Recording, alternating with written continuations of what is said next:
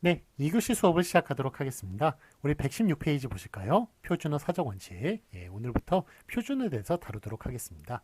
자, 표준어 같은 경우에는 이제 한글 맞춤법 같은 경우에는 정확한 좀 규정이 있어요. 그 규정에 따라서 좀 이렇게 맞다 틀리다를 좀 이렇게 체크하기가 좀 비교적 쉽습니다만 표준어 규정 같은 경우에는 조금 이렇게 그 규정이 그 한글 맞춤법보다는 좀 약합니다.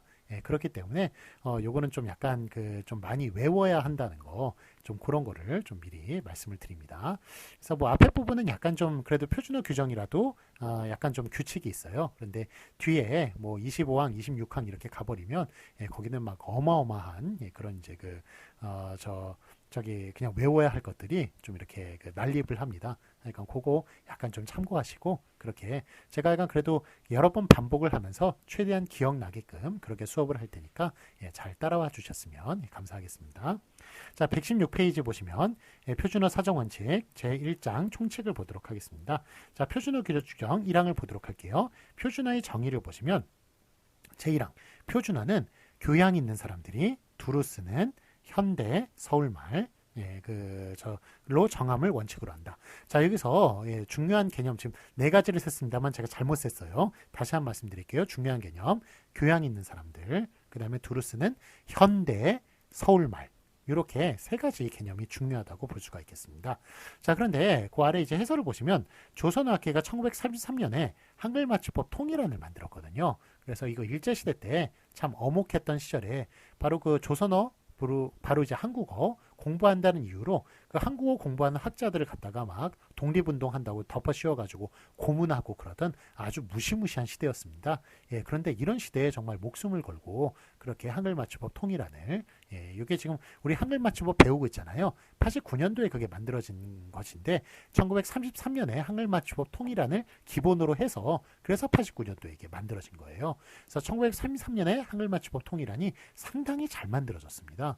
참 그렇게 목숨을 걸고 그렇게 만들었는데도 그렇게 양질의 규정을 만들 수 있었다는 것. 하여간 참 사람이 그렇게 더 그 뜻이 이렇게 있으면 하여간 좋은 예, 것을 그 만들어낼 수 있는 뭐 그런 예라고 얘기할 수가 있겠습니다. 예, 어쨌든 하여간 그런 훌륭한 분들이 있었기 때문에 한글이라는 것이 지켜질 수 있었고 예, 그 한국어라는 게 그 계속 지켜질 수가 있었던 것이라고 생각이 듭니다. 자, 어쨌든 그 한글 맞춤법 통일안을 1933년에 만들었고요. 여기 총론 2항에 정한 표준말을 정의를 해놨는데요. 표준어를 어떻게 정의했느냐면 표준어 대신 표준말이라는 말을 붙여놨고요. 그 다음에 대체로 현대 대신 현재라고 해놨네요. 지금은 현대지만 현재라고 해놨고 그 다음에 중요사회에 예, 교양 있는 사람들이 아니라 중요사회라고 그렇게 해놨습니다. 쓰는 서울말로 한다. 서울말은 똑같군요. 예, 그런데 좀 달라진 게 여기 또 세 가지가 있군요. 아까 전에 그 중요한 개념은 저기 교양 있는 사람들 누가 쓰느냐, 그 다음에 현대 시대가 언제냐, 그 다음에 서울말 그 지역이 어디냐, 요 세 가지를 제가 말씀을 드렸는데, 자, 그 서울말은 이제 일치를 해요. 예, 그런데 여기 지금 1933년에 처음 만들었을 때하고 좀 달라진 말들이 있네요. 뭐냐면 표준말이 표준어로 바뀌었고요. 그렇죠. 그 1933년에 표준말이라고 그랬는데 89년에 표준어로 바뀌었고요. 예, 그 다음에 교양 있는 사람들이 중요사회가 교양 있는 사람들로 바뀌었고요. 현재가 현대로 바뀐 겁니다. 자, 그런데 요 세 가지를 한번 좀 살펴볼까요? 그러면 표준말이 표준어로 왜 바뀌었느냐? 예, 뭔가 개선이 된 거겠죠. 표준말이 틀리고 좀 약간 이상하고 표준어가 맞다는 말인데 표준말이라고 하면 우린 보통 뭘 생각합니까? 이게 말과 글이잖아요. 말과 글이기 때문에 우리 구어만 표준말이라고 얘기할 수가 있는 거예요. 그렇지만 이제 표준어 사정 원칙, 표준어 규정 같은 경우에는 쓰는 것, 이것도 포함하는 개념이기 때문에 그래서 표준말보다는 표준어라고 하는 게 말과 글 둘 다 포함하는 개념이니까 그래서 표준말보다 표준어라고 고치는 것이 더 개선된 예, 좋은 표현이라고 얘기할 수가 있겠고요. 자, 그 다음에 중요사회가 교양 있는 사람들로 바뀌었네요. 왜 중요사회가 교양 있는 사람들로 바뀌었습니까? 이 중요사회라고 하는 것은 그러니까 이게 그 당시에 저기 천민, 그 다음에 상민, 그 다음에 중인, 양반 이런 식으로 계급 사회가 좀 있었습니다. 그때 당시만 해도. 그래서 그러니까 뭐 양반까지는 아니더라도 중인 정도가 사용할 수 있는 그런 말이라는 그런 식으로 이제 정해놓은 거예요. 그렇지만 뭐 그 이후로는 뭐 해방이 되고 그 이후로는 이제 완전히 그게 없어져 버렸죠. 그 계급 사회가 없어졌기 때문에 그래서 그 중류 사회라고 하는 말을 굳이 쓸 필요가 없는 겁니다. 그래서 그 말을 교양 있는 사람들로 바꾼 것이고요. 자, 그다음에 이제 현재가 이제 현대로 바뀌었는데요. 현재 같은 경우에는 요거는 지금 시점을 얘기하는 것이죠. 시점을 얘기했는데 요게 현대로 바뀐 겁니다. 그래서 그 시점이 그 현대라는 것은 시대를 이야기하는 것이죠. 그래서 시점이 맞겠습니까? 시점이라는 것은 제가 지금 말하는 순간 현재는 계속 지나가고 있어요. 그래서 시점을 얘기하는 것이 아니라 시대를 이야기해야 되는 것이죠. 그래서 현재가 현대로 바뀌는 것은 당연한 얘기라고 얘기할 수 있겠습니다. 시점보다 시대를 이야기를 해야 되는 것이니까 현재가 현대로 바뀌었다. 그렇게 얘기할 수 있겠습니다. 자, 그래서 이게 왜 이렇게 바뀌었는지 제가 이유를 설명해 드렸는데요. 하여간 그 이유를 이제 보시면서 표준어의 그 정의를 정한 그런 그 취지를 좀 이해하셨으면 좋겠습니다. 아래 확인 문제 보도록 하겠습니다. 1이 2로 어떻게 바뀌었는지 표시하시오. 기존 1933년에 표준 말 요거는 2번 바뀐 원칙 1989년도에 어떻게 바뀌었습니까? 표준어로 바뀌었죠. 표준말이 표준어로 바뀌었다. 요거 화살표 해주시고요. 취지 아까 전에 설명을 드렸습니다. 그 다음에 현재는 현대로 바뀌었네요. 화살표 표시해 주시고 중류 사회는 교양 있는 사람들로 바뀌었군요. 요거 화살표 표시해 주시기 바랍니다. 자, 그래서 어쨌든 그 말과 글 둘 다 포함하는 표준어 바뀌었고 그 다음에 그 시대를 의미하는 현대로 바뀌었고 그 다음에 그 계급 사회가 없어진 교양 있는 사람들로 바뀌었다라는 것, 그 취지를 다 설명을 드렸습니다. 그래서 바뀌었다는 것, 그거 이해해 주시면 좋겠습니다. 자, 그러면 이제 표준어 규정 2항을 보도록 하겠습니다. 외래어 표기법은 이제 따로 사정한다. 이제 그런 말이 되겠는데, 이제 해설 보시면 외래어 표기법은 문교부 고시 제85-11호 언제 만들어졌습니까? 1986년에 공표되었다. 자, 한글 맞춤법과 외래어 표기법 한글 맞춤법과 표준어 규정 89년에 만들어졌고요. 그 다음에 외래어 표기법 1986년 만들어졌고 로마자 표기법 2000년에 만들어졌습니다. 그렇지만 외래어 표기법이 어떻게 신기하게 제일 먼저 만들어졌어요.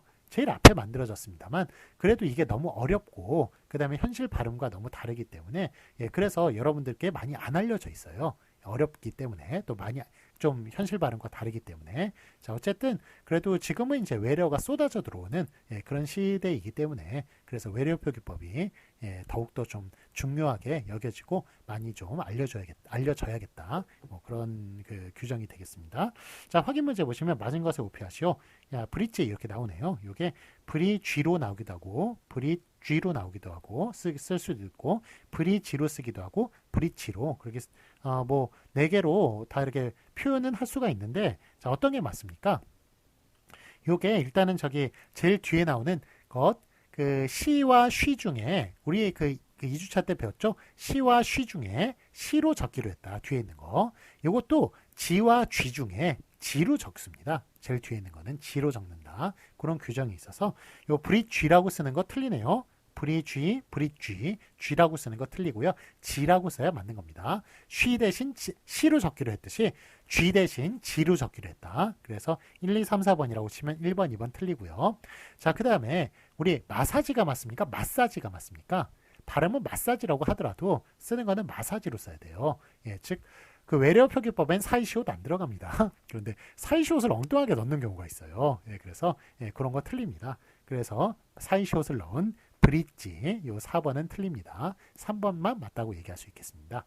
자, 다시 한번 설명드리면 지가 맞다. 쥐가 틀리다. 그래서 지라고 적는 게 맞고요. 그 다음에 그 외래어 표기법에 사이시옷 들어가지 않는다. 그래서 브릿지 틀리고 3번에 브리지라고 발음은 브릿지라고 하더라도 쓰는 것은 브리지라고 그렇게 써야 한다고 얘기할 수가 있겠습니다. 정답은 3번입니다. 자, 이번에는 117페이지 제2장 발음 변화에 따른 표준어 규정을 보도록 하겠습니다. 제1절 자음을 보시면 표준어 규정 3항에 거센 소리 표준어가 있습니다. 제3항 다음 그 단어들은 거센 소리를 가진 형태를 표준어로 삼는다. 즉 그래서 거센 소리와 예사 소리가 있을 때 거센 소리를 표준어로 삼는 것이고요. 제4항 보세요. 제4항 보시면 예사 소리 표준어군요. 그래서 거센 소리와 예사 소리가 있을 때 예사 소리를 표준어로 삼는 예가 되겠습니다. 자, 그러면 이제 저 3항 그 내용들을 보도록 하겠습니다. 예를 보시면 기억과 니은, 기억이 이제 맞고 니은이 틀리는 것인데, 자, 기억이 이제 끄나 풀, 요거는 이제 맞게 하였고, 끄나 풀은 틀리게 하였군요. 그래서 풀 같은 그런 거센 소리만 맞게 하고, 예사 소리인 끄나 풀은 틀리게 한 그런 예가 되겠습니다.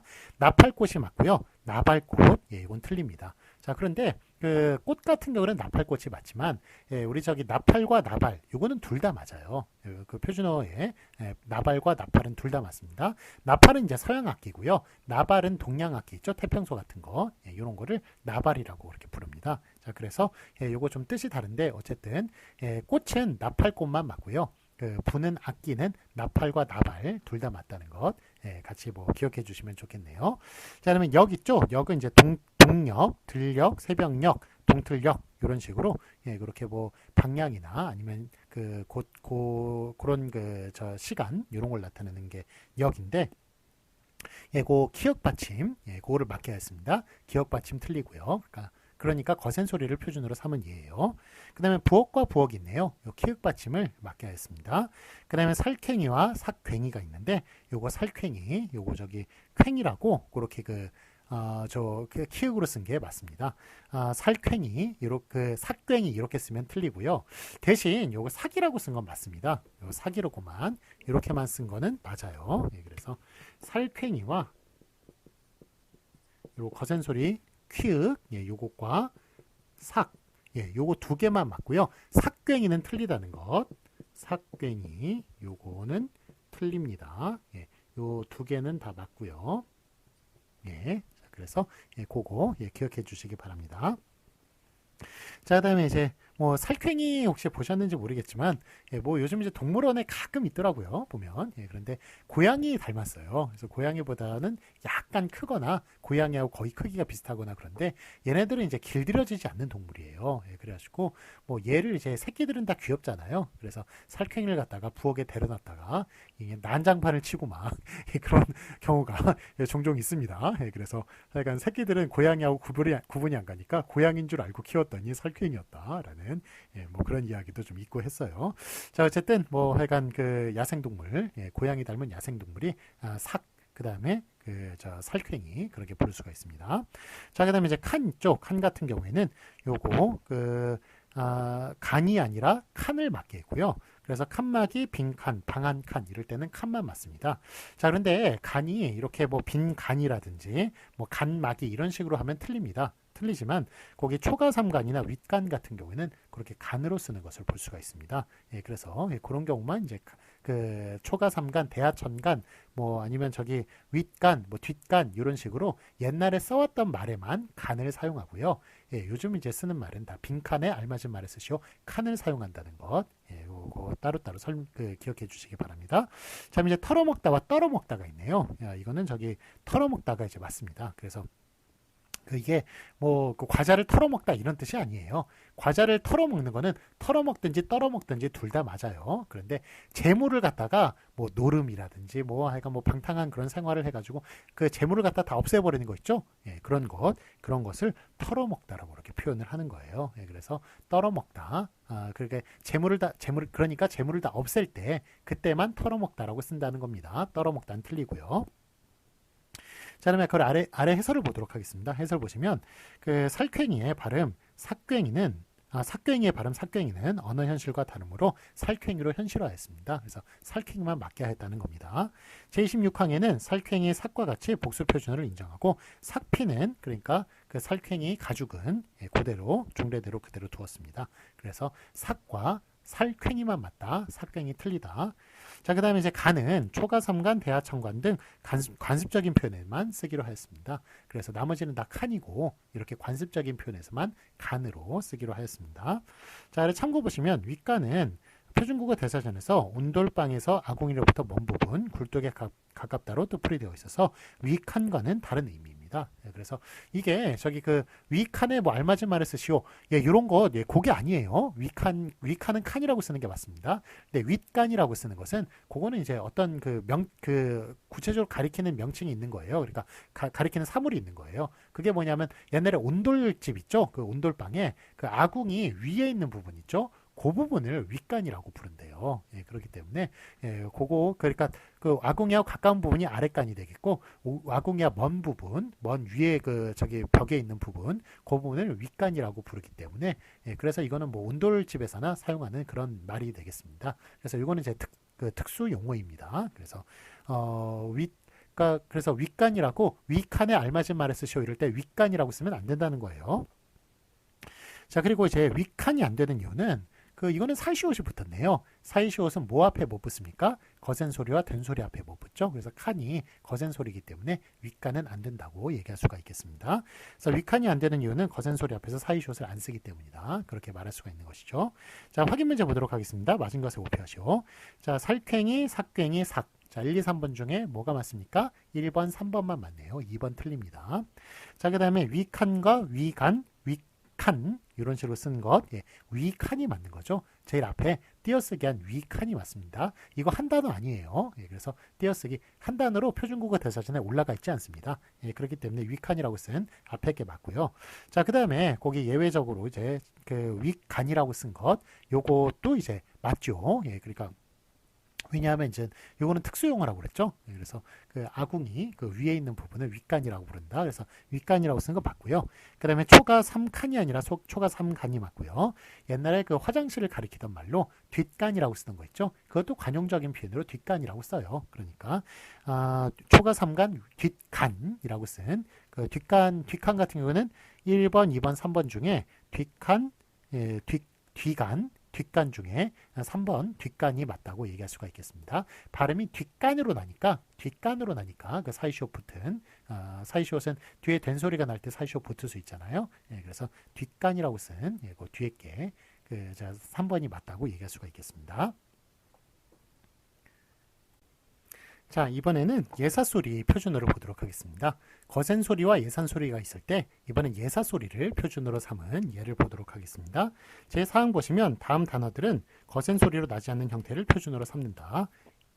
기억이 표준어고 니은이 아닙니다.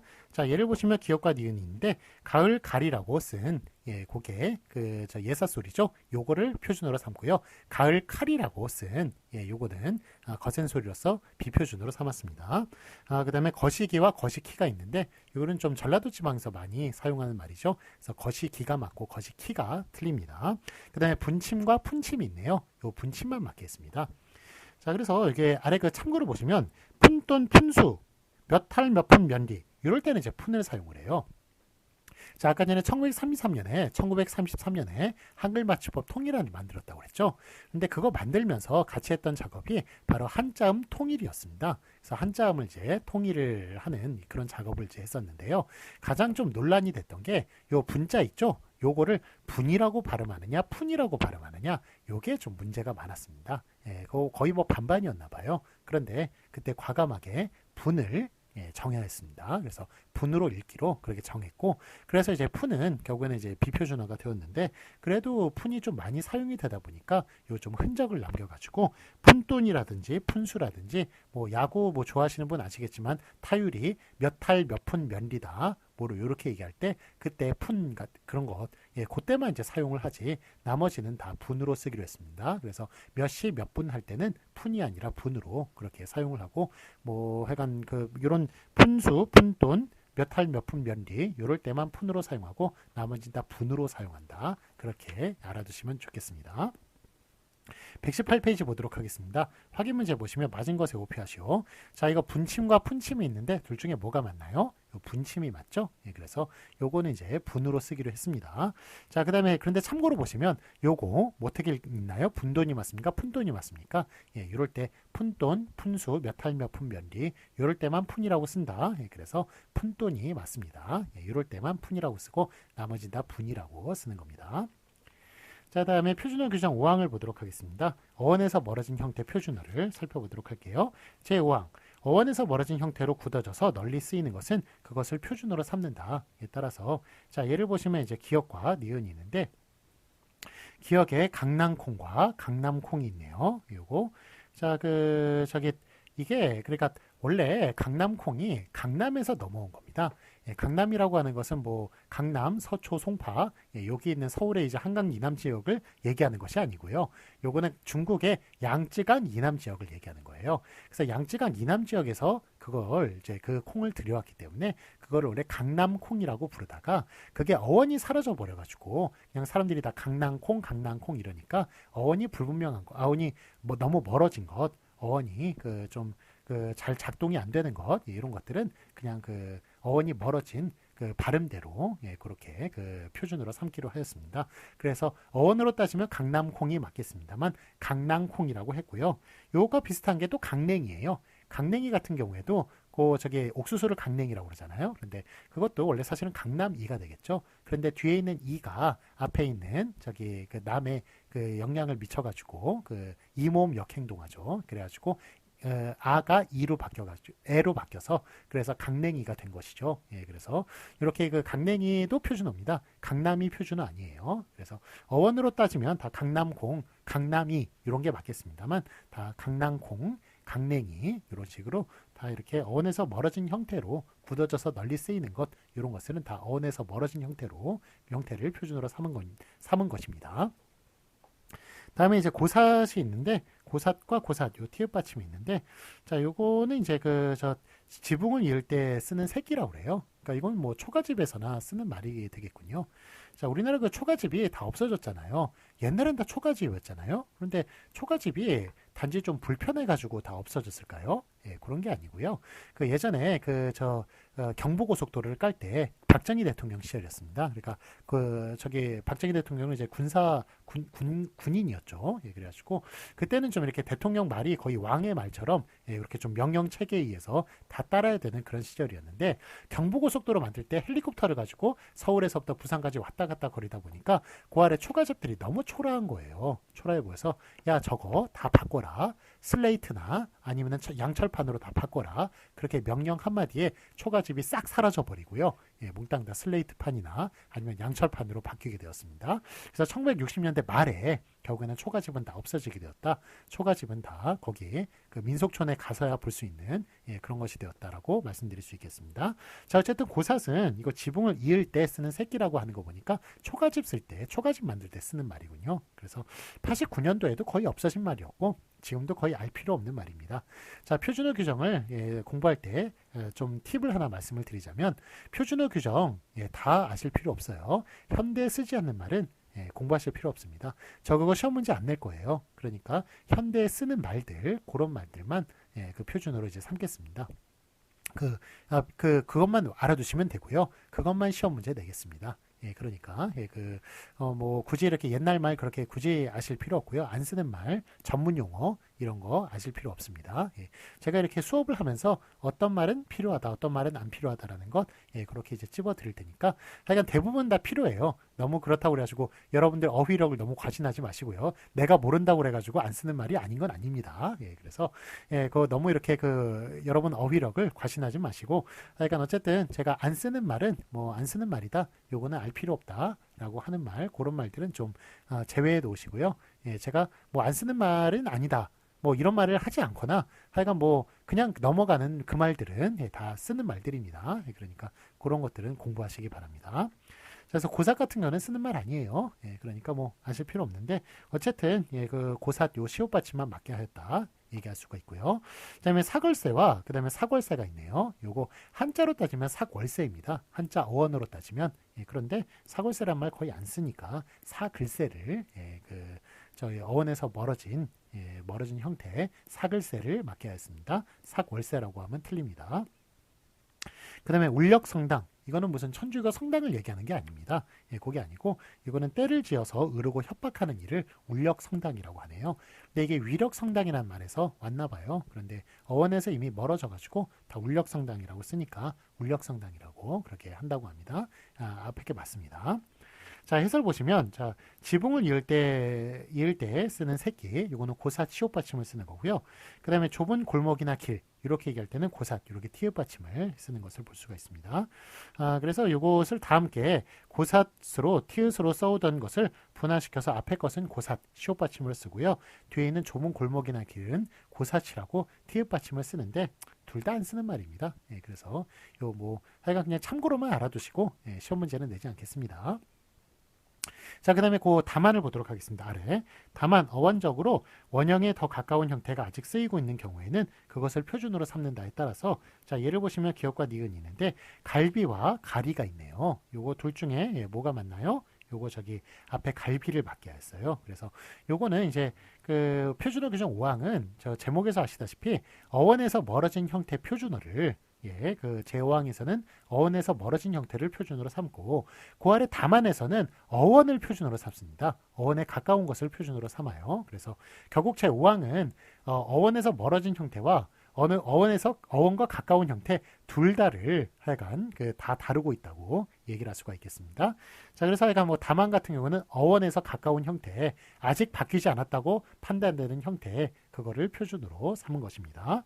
자, 그 다음에 이제 간모와 그 다음에 갈모가 있네요. 요거는 간모만 맞게 하고요. 요거 사기를 만드는 물레의 밑골이라고 하네요. 그래서 여러분 그 사랑과 영혼이란 영화, 그 고스트란 영화, 그거 보시면은 그 여자가 이렇게 그 도자기를 만들죠. 그럼 이제 남자 뒤에서 이렇게 같이 이렇게 만드는, 예, 그런 것으로 이제 유명한 오 마이 러브 하고 노래가 나오면서, 예, 그런 장면이 유명한 영화가 있는데, 하여간 그거 빙빙 돌리는 그 아래 밑골이, 예, 그 아래 저 도자기 앞에 빙빙 돌아가는, 아래 돌아가는 그것, 예, 그것을 간모라고 하네요. 예, 갈모라는 말은 틀린 말이 되겠습니다. 저는 뭐 미대생들이 많이 아시겠네요. 요 용어는. 자, 그 다음에 이제 굴젓과 구젓이 있는데, 예, 이거는 굴젓이 맞습니다. 그래서 그 굴로 만든 젓갈, 이거는 굴젓이 맞고요. 구젓 틀리고요. 그 다음에 말곁, 요거 말곁, 요거 티읕 받침이 맞습니다. 이거는 곁에서 참견하는 말입니다. 곁에서 참견하는 말이니까 그래서 말곁이라고 그렇게 티읕 받침을 쓰는 게 맞겠군요. 그 다음에 물수란과 물수랄이 있는데, 이건 물수란을 맞게 했습니다. 물수란이 예전에는 좀 널리 뭐 이렇게 잘 모르는 용어였는데, 요즘은 이제 뭐 하여간 음식 그것 때문에 저 먹방이나 아니면 음식 만드는 그런 프로그램들이 많아져서, 그래서 좀 알려지게 된 그런 이제 요리의 이름이 되겠습니다. 어떤 거냐면 그 계란을 뜨거운 물에 풀어가지고요, 돌돌돌돌 돌려서, 그래서 삶은 계란처럼 만드는 거 있죠. 삶은 계란은 원래 껍데기 안에 있는 거잖아요. 그런데 그게 아니라 껍데기를 이제 풀어가지고 날계란을 뜨거운 물에 풀어가지고 돌돌돌 이렇게 말아서, 예, 그래서 저희 젓가락 하는 걸로 돌려서, 그래서 그 계란 모양으로 만드는 것, 예, 이런 거를 물수란이라고 이렇게 표현을 합니다. 그 다음에 이제 밀뜨리다와 밑뜨리다가 있는데, 밀뜨리다만 맞고요. 밀어뜨리다 이런 얘기죠. 예, 세게 미는 것. 자, 그 다음에 이제 저기와 그 다음에 저기가 있는데, 예, 저기가 맞습니다. 그래서 적이나 하면 이거는 뭐 꽤 뭐 적지 않게 뭐 이런 뜻으로 사용이 되는 것인데, 이럴 땐 적이가 맞습니다. 저으기라고 쓰면 틀린 표현이 되겠습니다. 그 다음에 휴지와 수지가 있는데, 휴지만 맞게 했습니다. 자, 아래 해설 보시면 그동안 한편으로는 저어기가 널리 보급되기도 하였다. 그러나 적다와의 관계를 부정할 수 없어서 이것을 인정하는 쪽으로 결정하였다. 그래서 저어기 틀리고요. 예, 저기가, 예, 맞습니다. 그 다음에 저기 참고 보시면 저기는 꽤 적지 않게 정도의 뜻을 갖고 있어서 어원과 관련이 있다고 판단해서 저기를 맞게 한 것입니다. 자, 아래 확인 문제 보도록 하겠습니다. 맞은 것에 오피하시오. 강낭콩과 강남콩이 있는데, 이거는 어원에서 멀어진 형태를 표준으로 삼았죠. 그래서 강낭콩이 맞고요. 강냉이도 역시 강냉이가 맞다고 같이 설명을 드렸습니다. 그 다음에 사글새와 사골새가 있는데, 어원에서 가까운 형태는 사골새예요. 그렇지만 이거는 다 바뀐 형태로 많이 사용이 되니까 사글새 앞에 게 맞다고 얘기할 수 있겠습니다. 그 다음에 다만 보시면 그 아래 그의 공격적인 말에 나는 적이 당황하였다. 저흑이 당황하였다. 예, 저흑이 틀리고 저기가 맞다고 그랬죠. 그래서 다만 같은 경우에는 어원에서 가깝다. 아직 어원에서 바뀌지 않았다. 그래서 어원에 가까운 형태를 표준어로 삼은 예들이 되겠습니다. 저기가 맞고요. 앞에 게 맞고. 그 다음에 참고 보시면 우리 앞에 자키와 자기를 배웠어요. 예, 자키는 뭐 오죽이나 이런 뜻인데 그거 히가 붙는 것, 예, 그거 히가 예전부터 붙어서 그래서 히라고 쓰기로 한 것 이와 히가 구분이 될 때 그 저 헷갈릴 때 그 부사 히로 만드는 그런 예 중에 자키가 있었습니다. 예, 그래서 약간 그 참고를 이렇게 적어 놓은 것이니까 그 보시면 이제 저기는 저기가 맞고 자키는 자키가 맞다라는 것 두 개 좀 예, 구분해서 그렇게 알아두시면 좋겠습니다. 자, 이번에는 119페이지 표준어 규정 6항 의미통합 표준어를 살펴보도록 하겠습니다. 제6항 다음 단어들은 의미를 구별함이 없이 한 가지 형태만을 표준어로 삼는다. 그래서 기억을 표준어로 삼고 니은을 버린다. 이런 말인데 자, 이게 두 가지 형태가 사용될 때 한 가지 형태만 표준어로 삼는 예가 되겠습니다. 자, 예를 보시면 이제 기억과 니은이 있는데 돌과 돌 리을 시옷이 있네요. 요거 첫 돌 쓸 맞은 아이 말씀드렸죠? 그렇게 발음 안 하니까 첫 돌을 맞은 아이라고 발음하니까 그 앞에 게 맞다고 얘기할 수가 있겠습니다. 첫 돌을 맞은 아이. 그래서 앞에 게 맞고요. 자, 그럼 이제 둘째와 두째가 있습니다. 요 둘째와 두째가 있는데 요 두 개 중에 둘째가 맞습니다. 그래서 제2 두 개째의 뜻 이렇게 해서 둘째라고 그렇게 써주는 것이 맞겠습니다. 그래서 첫째, 둘째, 셋째, 넷째 이거는 둘째, 셋째 이렇게 받침 다 적어서 써서 이렇게 쓴다고 말씀을 드렸죠. 그래서 둘째, 셋째 이렇게 쓰는 게 맞겠습니다. 넷째도 마찬가지고요. 그래서 두째, 셋째, 넷째 이런 것은 다 틀린 표현이 되겠습니다. 그 다음에 빌리다와 빌다가 있습니다. 자, 이 자리를 빌려 감사의 말씀을 전합니다. 그렇게 얘기할 때 빌려가 맞다고 그랬죠. 예, 그래서 렌트를 하건 버로우를 하건 다 빌리다라고 그렇게 쓴다고 말씀을 드렸습니다. 그래서 빌다 틀리고요. 빌리다가 맞겠습니다. 그 아래 답안을 보시겠습니다. 둘째는 10단위 이상의 서수사로 쓸 때 두째로 한다. 자, 예를 보시면 12째, 그 다음에 22째 라고 표현하는 거 있죠. 요거는 12개째의 뜻은 12째로, 그 다음에 22개째의 뜻은 22째로 쓰는데, 요게, 그러니까 그, 둘째와 두째가 좀 달라요. 그러니까 둘째 같은 경우는 좀 예외적인 게 있습니다. 첫째, 둘째, 셋째, 넷째, 이렇게 한 단위 내에서는 다 받침을 붙여요. 그런데 10단위를 넘어가면은, 둘째에 한해서만 두째라고 씁니다. 그래서 그런 예외가 있다는 것. 우리 제가 2주차에도 아마 말씀을 드린 것 같습니다. 말씀을 드렸는데 하여간 그런 예외가 있습니다. 그래서 12개 12째, 그 다음에 22째로 그렇게 10단위가 넘어가면 그렇게 12째, 22째, 32째, 42째, 두째로 사용된다는 것. 그거 알아두셨으면 좋겠습니다. 자, 아래 확인 문제 보도록 하겠습니다. 맞은 것에 오피하시오. 자, 봄에 빌려갔던 쌀을 가을에 갚다라고 얘기하는 것, 빌려라고 쓰는 그 앞에 게 맞겠고요. 그래서 이거 싹싹 비는 것, 손으로 싹싹 비는 것만 빌다고, 나머지 이제 빌리거나, 빌려주거나, 빌려오거나 다 빌리다로 그렇게 씁니다. 그래서 빌려 그 앞에 게 맞고요. 자, 그다음에 그는 둘째, 두째이다. 이렇게 한 단위 내에서는 둘째라고 사용을 하는 겁니다. 다만 보시면 12째, 22째, 32째, 42째, 52째 이렇게 10단위 넘어가면 그러면은 요건 두째라고 쓴다는 것 약간의 말씀을 드렸습니다. 그래서 다 뒤에 게 맞습니다. 12째, 22째, 32째 이렇게 쓰는 게 맞겠습니다.